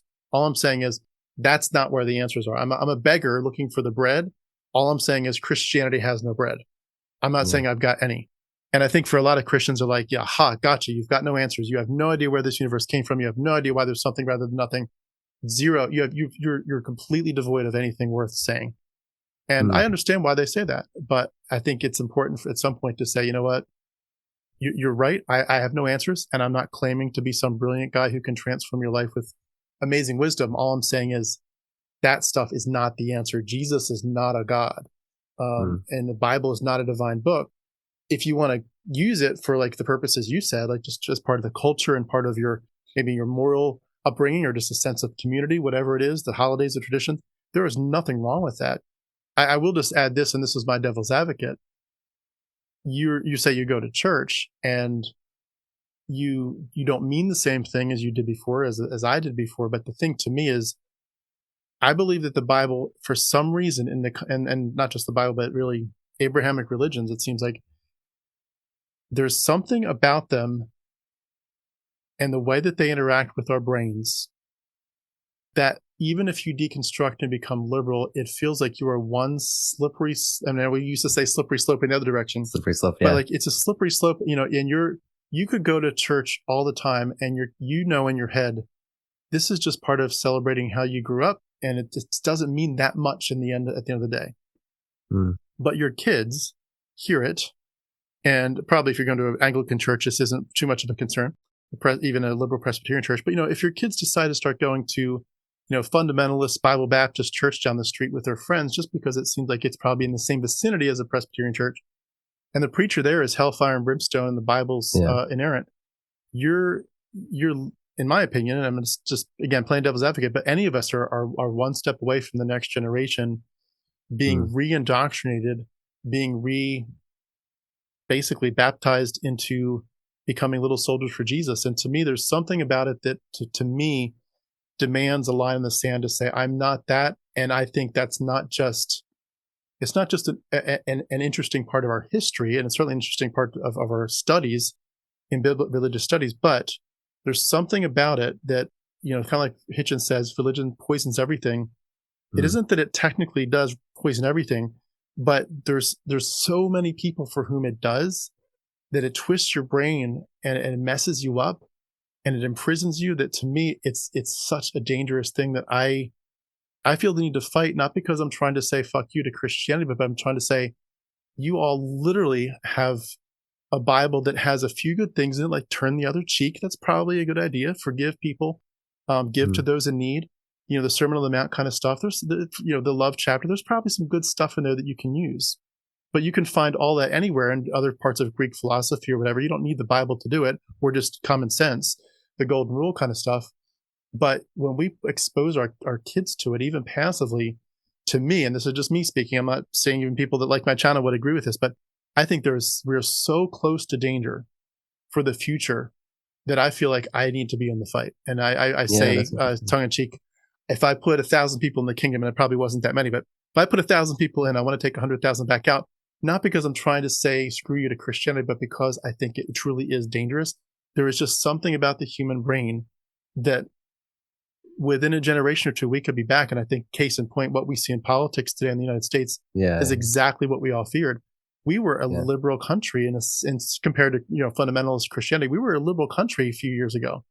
And because this thing sort of quietly, we're the fundamentalists are saying behind the scenes, we're going to quietly organize. We're going to be very stealthy. We're going to outbreed the pagans, which means we can outvote the pagans. We're going to stack the courts. And a generation or two later, Roe v. Wade is overturned. And if you ask them, what do you think about that? They're like, oh, we're just getting started. You have no idea what's coming. Yeah. It is to me so dangerous. And I feel like, to borrow from the book of Esther, I see myself as here for such a time as this. And, big doors do swing on small hinges. And who knows but what some of the things that we do could affect things both positively or negatively. But I feel like I was willing to be spent for Christ. I was willing for my life to be. I remember one of the big, I listen to Steve Camp a lot. Do you remember that name? Yeah, I do. Yeah.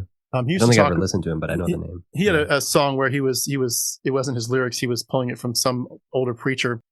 But the song lyric said, I want to run a mission a yard from the gates of hell. Like, don't send me to some cushy place with a white picket fence. I want to run a mission a yard from the gates of hell. Send me where there's lepers and people with AIDS and people that are going to kill me for Christ. I want the hard job.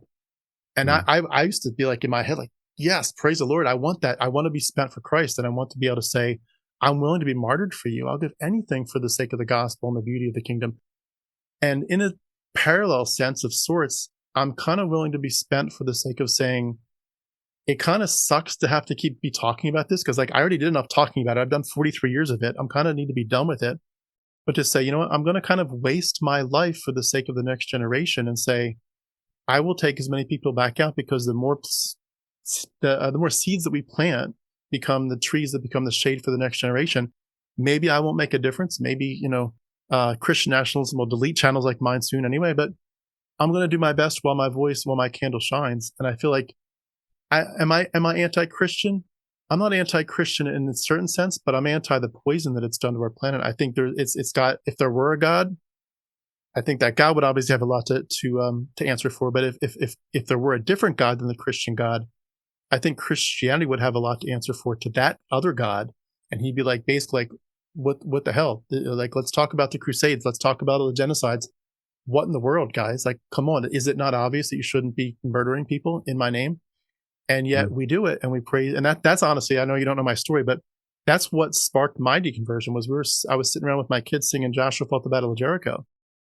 And literally, for the first time in my life ever, my conscience was pricked, and I thought, we're just having fun and being silly, dancing around to this song, but you're going to eventually have to explain to them the context of the Joshua Fought the Battle of Jericho song.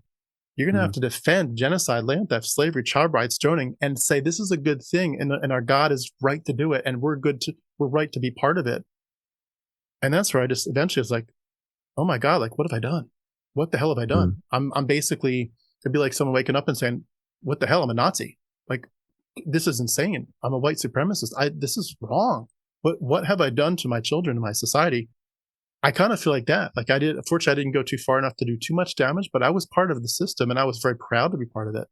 So anyway, I know I was long-winded there, but that's kind of my background of how I feel about I also like, I'm not trying to attack, but I like the back and forth. That's cool.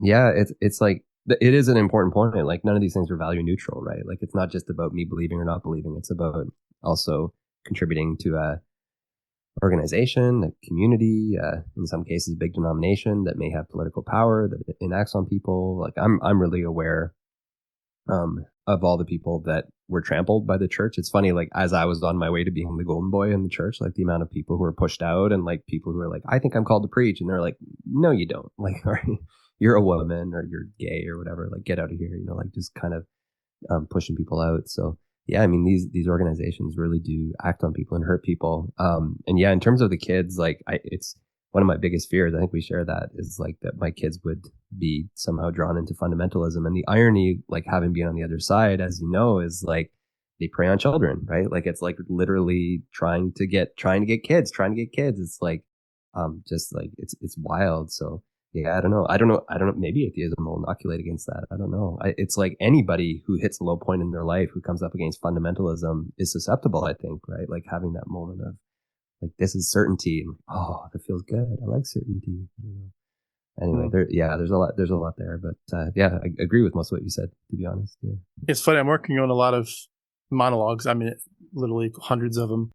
But I kind of could keep doing notes for them until I feel like, yeah, you've got enough here to put this into a monologue. But one of them is, it's called a postmortem on Christianity, meaning not what did we learn about Christianity, but what did our escape from Christianity teach us about the human nature, our tendency. And some of these things come up a lot, and it's interesting. It really points out the fact that we're all one step away from white supremacy. We're all one step away from being racist. We're all one step away from horrible things. And it's like, you really have to figure out, like, what is it about us that is so susceptible to such horrible ideas, and just how did we get here, and how do we try to inoculate the next generation? But anyway, and it's worth asking, like, we don't have to answer this right now, obviously, but yeah, I mean, it would be worth asking the question of which is a better inoculation against dangerous, violent religion. Is it like healthy religion or no religion, or some combination of the two? Maybe it's a combination of the two. I don't know. But yeah, it's like, what actually tilts the needle? Is it like giving people that, if the drug we need is something that looks a bit like religion, giving people a healthier version of that, or like weaning them off it completely? I don't know. I don't have an easy answer to that. But. Yeah. I think it's definitely a given, though, to say that we have the savagery that we come from, in terms of the animal kingdom. It's still there. And I think that's one of the darkest parts of realizing that as a human, we have savagery that it may not be inherently transcendently morally wrong, but the way we've evolved, it certainly feels wrong. And if we want that to change, we have to admit we are a savage race. And if we want a better world for our kids that doesn't have that, well, we got to fight it. But I know Yeah, I've taken us with these questions off topic, so I'm sorry for that. But can I ask, no, just that's fine. come back to your story a little bit? Yeah. As you get to the point of looking back, sort of doing a postmortem on your life, would you say that you feel like there's any religious trauma that you had to really think through and heal from, or do you feel like at this point you're good? Or and either way, like what has been the journey of the religious trauma in terms of Yeah. things like you mentioned purity culture and end time stuff, but there's Yeah. dozens of other aspects. What's hurt and how have you healed? Yeah, for sure. There are, yeah, like it's weird talking about religious trauma because I know people who have actually been abused by this system, or I know, women who are making second class citizens, gay people who are kicked out. Like, so it's weird talking about I almost feel guilty talking about religious trauma as like a guy who had all the privilege and all the opportunity and only left because I came up with a mental problem with it, not because anybody ever hurt me. But yeah, I think the trauma comes in like the way that it wires your brain. I think like as from a young age, you learn to see the world a certain way. Whether it's like, I'm trying to think of like gender is a big one. Like the way that you look at gender, the way that you look at like social relations, the way that looking at remember like the looking at non-Christians. This was a big thing. I mean, I don't think like this anymore, but it took me a long time to just be like, holy shit! Like I was never allowed to really see other people as people that I could be friends with. Like it was always just like anybody I knew who wasn't a Christian, it was I'll be nice to them to convert them. So it's like some of that kind of stuff is really messed up. And as you start to pull that apart and you relearn how to be a human, for lack of a better word, um, that I think bears its own trauma. So there's a lot of that. And then I think it's good for me to be on YouTube because I kind of just went away and didn't say anything about deconstruction, which is what a lot of people do. Like a lot of people just keep their mouth shut and decide not to rock the boat and go off quietly. So I didn't go through a point where I like stood up and was like, I don't believe this anymore. And then people piled on me kind of thing, until I started on YouTube. And then I had thousands of people piling on. And that was almost like my first few months on YouTube, my channel took off really quickly, but I was like, had a couple nights where I couldn't sleep and just like I'm reading these things and it's like the people that were leading the communities, like I can hear these voices, it's not literally these people, but like I can hear their voices in my head saying these things. And I would have like a physiological response to it for a little bit because it was like, shit, like this in a weird way. It's funny because like if somebody was a Muslim or something and says like, you're doing terrible things, but like, well, who cares? But like when somebody who sounds like the people I grew up around, like there's a specific like part of like little child me that like those voices hit you and it's like, shit, like they have like they promote a real physiological response. So there's been some stuff to work through even as I've started the channel. It really has been good though. And like, as you do it, I don't know if you find this too, but you just get more and more okay with it. Like you're kind of just like, yeah, okay. Like I don't remember the first few months I eventually stopped reading comments for a while, but I would read comments and be like, oh, like it would bother me so much. And I'd come up with something I could say back and like, oh, you don't think I'm a Christian? Like, no, I was. Like, who cares? Like, I'm never going to convince you. Like, live your life. I don't care. So Exactly. yeah, I don't know if that's a great answer. Like not a ton of trauma, I don't think in that sense, other than just being very much similar to what you're saying, actually, like being in a messed up system, being like this system hurt people, and I want to use the skills I have to some extent. It's not the only thing I just love like the biblical studies angle too because I'm a nerd, but with the deconstruction stuff, it really is just like speaking truth to power from like what I came to or what I came from. It's a good answer. I think the one thing that confuses me about religious trauma in some ways is that it is so stealthy and there's so many ways in which the roots have layers, kind of like the onion analogy, but you can't see it, and in some ways you can't feel it, and in some ways it feels like it didn't hurt too much. Like a lot of people I've talked to have said, Tim, you say you didn't go through too much religious trauma, and at the time I felt kind of happy in it. Like just because you didn't feel traumatized doesn't mean it wasn't happening. And they've really helped me to have those insights to think maybe there was more that I realized, and doesn't take away my privileged position, having been a white male in the church, but it definitely, they're like, just the idea of there's a God in your head. There's a God watching you saying naughty, naughty all the time. And the idea that you must make a difference. And I've told people I'm not a Christian and I don't live in any sense for the afterlife, but it's weird. I feel psychologically like I live every day as if I have to make a difference. It's like, why does that come from? Yeah. Like, and I think it's part of that. I think it stems from that. And even resting, I feel like it's hard for me to rest not because I can't be lazy like the next guy, but just because I'm like, when I was a Christian, I literally had all kinds of preachers saying, stop wasting your life watching a football game or something, or a cartoon or something. Like, be in the word of God, redeem the time, or the days are evil. And years of that, pounding the pulpit to redeem the time, Yeah. I found I couldn't, and I literally would do that. I'd spend hours and hours. I was homeschooled. My mom would be like, your religious stuff for the day is, I want you to read one chapter. I'd read 5 books, and I Mm. want you to memorize 3 verses today. I'd memorize 20. And it was like, if you can produce more, then you are making a bigger difference for the kingdom, and you're creating a buffer against sin. And you look back at that and you think, I'm doing the same goddamn thing. I'm just doing it for different reasons. But it's like the motivations are still, I think, there on different, very, surreptitious levels. And it's weird. It's weird to think through it. And I think Yeah. there's ways in which I don't know that my healing journey is anywhere near over, but I'm glad that people have helped me to acknowledge that it's probably still there. And I kind of like living as if it matters, even though I know it doesn't, because I think, I think it staves you off from depression and from the nihilism that can come in. But I want to live as if it matters. And I think for me, that's been replaced mostly with the idea of the kids. Like, Yeah. it doesn't matter, but it does matter for your kids.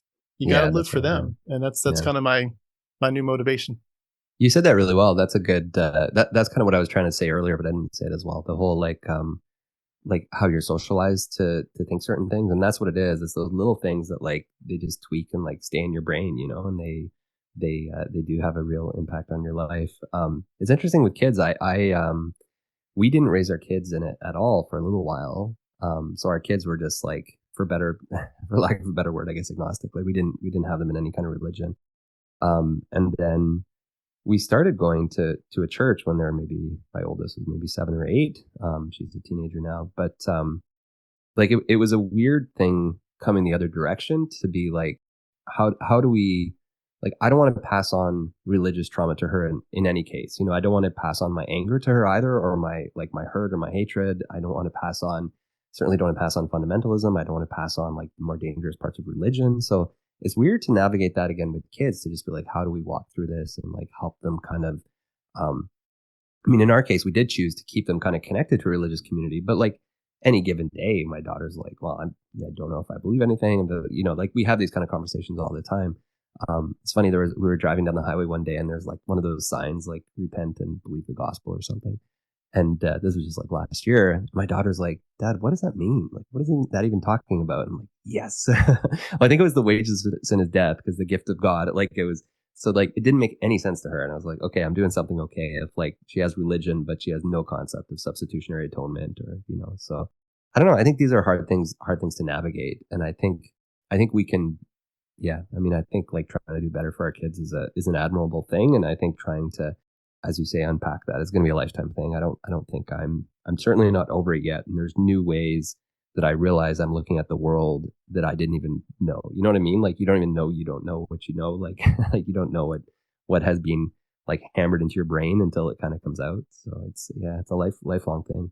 I'm always amazed by on my channel, I'm sure it's true of yours too, like the people in their 70s and 80s who are deconstructing, like the people at the end of their lives, who are just like, I finally can look at this, I finally can, and like they've lived their whole lives with this. So like I'm almost really thankful that I deconstructed when I was 27 or whatever, and I'm able to live a life rather than look back on a life that no longer resonates with who I am. Like that's It's got to be so there's crazy. a lot there. Yeah.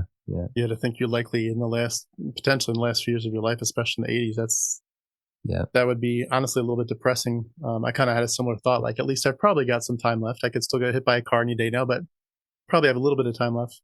I'm just going to say exactly. Too, I think I love how you're describing the healing process there. And just one thing I think is really good about doing what you're doing, where you're talking it out so much, is that whether you're doing monologues like you do, or you do interviews, or you get a little bit more poetic, or some people write songs, but it's interesting.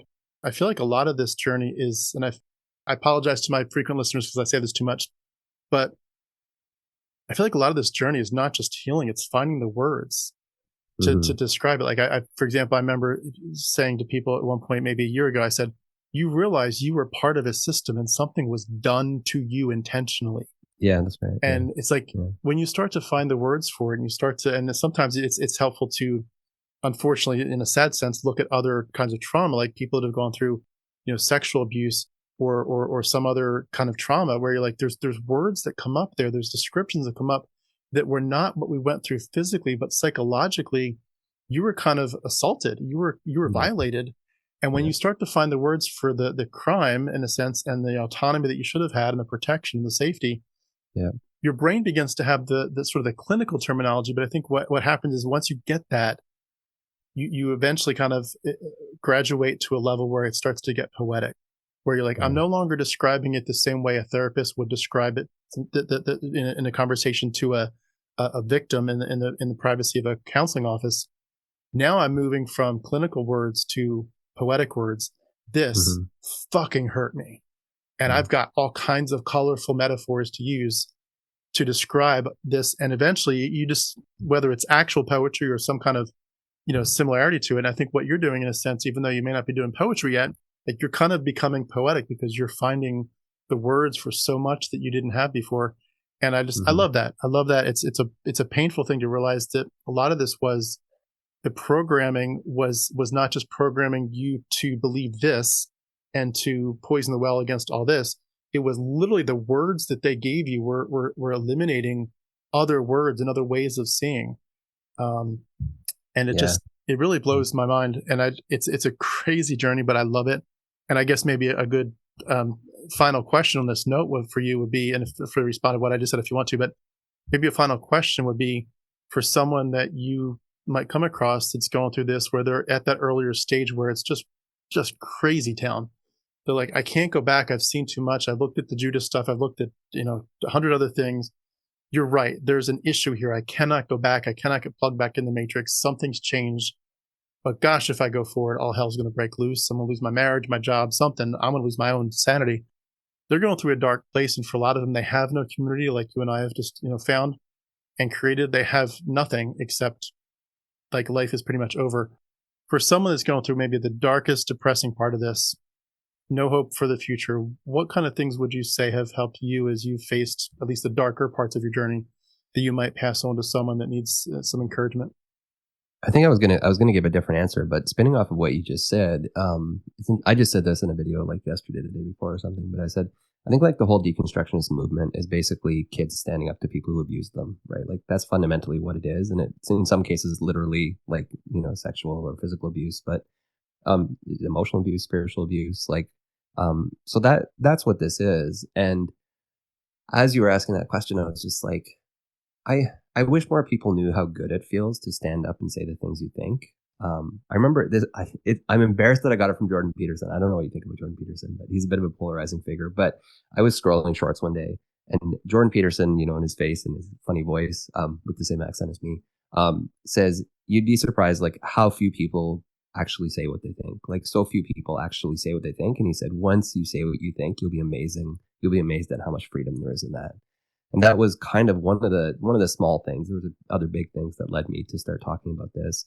Um, I wish more people would do this, not necessarily on YouTube. I mean, if that's your jam, go for it. But like, stand up in your communities, say something to the people who you're not saying something to. Like, I think that's not everybody has the ability to do that. And if you don't, then don't. Like, if it's going to cost you a marriage you're not willing to give up right now, like, don't. I just like, but if you can, like, if you have the situation that like all you're going to be risking is some judgment, and like do it. We need more of us to speak out and more of us to like, and this kind of like oppressive religion can't really fall apart until like more and more and more people say the emperor has no clothes. So that's like, I would love to see more people do that. And I think just on a personal note, I don't know if you found this, but um I found that I don't think I could fully figure out who I am um after deconstructing until I said that's not who I am anymore. And that really only started with YouTube. I'd said it to a few people, but I hadn't like publicly said like that's not who I am anymore and here's why. And there's such a freedom in that. Like if you can find ways to do that, whether big or small or publicly or just with your family or whatever, speak out, because like coming to the other side of that, there's freedom, and there's like that's a really beautiful part of the journey. Yeah, in terms of the practical stuff, I mean, people go to church for community. You can find community anywhere. You just need to go and join a new community. Go to CrossFit or join a group of rock climbers or mountain bikers or something. Like there's communities all over the place you can join. One of the beauties of my life is that I live in a little neighborhood, and like we have a really good neighborly community. And I didn't really know my neighbors growing up because we only ever thought they existed to minister to. Like we're supposed to witness to them. We don't hang out with them unless it's like with a very clear purpose of witnessing to them. So just actually getting to love people in a way that I never really did when I was a fundamentalist Christian. So yeah, I mean, look for other communities. Get yourself out of one if you're in a bad one. Say things if you can say things. Find people to support you. And of course, as we both alluded to and you said at the beginning, but therapy can help too. Find all the supports you can give yourself, but and then just give yourself some patience because it takes time. It's a lifelong journey, I think, to undo this level of trauma if you've been through it. So yeah, it's not going to happen in a week. It's just like ongoing. Well said. Very well said. Well, could I ask maybe just to bring us to a final. Thank you, number one, for your channel, but could you also just give a plug for that? What sort of, if you can sort of expand it the way you're hoping to over the next few months and years, what can people expect as they visit that? And again, I'll have all the links beneath it. Please, everyone, go check it out. But what's the long-term hope for that channel? Yeah, I talk a little bit about deconstruction. The bigger thing I bring is like I have training in biblical studies, like as a PhD in Christian origin. So I try to bring some biblical scholarship, like real biblical scholarship, to the channel and to YouTube. So I'm doing things like this week I'm working on a video on 3 things Jesus never said. I have another one coming up on like why the pastorals are not authentic and how we can know. So it's that kind of stuff. So it does tie in because if you've been told like the Bible's the word of God your whole life and you start to look at some of this stuff, it does fall apart. So we are all to some extent on the same team, but yeah, I really love the history. So I have a lot of fun with that. I interview some scholars sometimes. So I have some of those coming up too. And then I will do the occasional thing on like why I'm an agnostic Christian or something. I don't do much on deconstruction, but sometimes I will. Yeah. Well, I love it. And I definitely can applaud you with what you said about the comments earlier. I definitely had that sense early on that if I'm going to do this, I better have a thick skin because, you'd hear those stories of people that would, for whatever reason or platform, they'd be in a movie and people would attack them. That was the wrong choice for that character, and they would get depressed about it and really upset about all the feedback. And I was like, you know what? You're definitely going to get some feedback for this one. You got to make the choice. It's either water off a duck's back or it's not. And if you can't handle the heat, don't do it. And I made the choice pretty early. But why do those people get to keep defining who you are for the rest of your life, or what you can say or whatever? Like if you've lived in fear of those people, like at some point you got to stand up to a bully, right? Exactly. Yeah. And at some point you find your own voice in it. And it's interesting. I'll say this real quick. I feel like in some ways this journey is about getting your own voice back. But in that process, it's also because of all the messages for so long about original sin and depravity that you've kind of been trained to not just not have a voice, but to dislike you anyway. So you kind of have like this, almost like these parallel parts, like you need to get your voice back, but you also need to be kind to yourself. You need to learn to like yourself and to say to yourself, you know what, you're a pretty good person. You're okay. You're going to get through this, but also you're not a rotten sinner. And it's funny, but that's again part of that religious trauma where you just really got to dig those roots out. But a lot of us, when we realize we have not had a voice and when we've had a voice, we've not been speaking kindly to ourselves, it changes everything. You're like, I can't keep going being mean to myself. Like I'm the only person in this head. You got to speak kindly to yourself. And it does eventually sink in and it transforms you, but good stuff. Well, was there anything else you wanted to add before we wrap up today? No, I think that's it. I don't even know how long we've talked for. I haven't been looking at the clock, but this has been a lot of fun. I've really enjoyed our conversation. Yeah, likewise. Well, I'll just wrap up then by saying, let me see if I can get your name right. We've been speaking with CJ Cornthwaite. Nice. And he has, again, some great stuff there, again, with all the links beneath this video, Footnote Famous and his YouTube channel. But please go like it, subscribe. But CJ, thank you so much for your time. Great to get to know you. Thank you so much for what you're doing on your channel. Please keep going. We need scholars like you to help those of us that don't know so much information to get educated, because that helps us deconstruct as well. So just thank you so much for what you're doing. And I hope your channel just keeps expanding. But great to get to know you today. Thank you so much.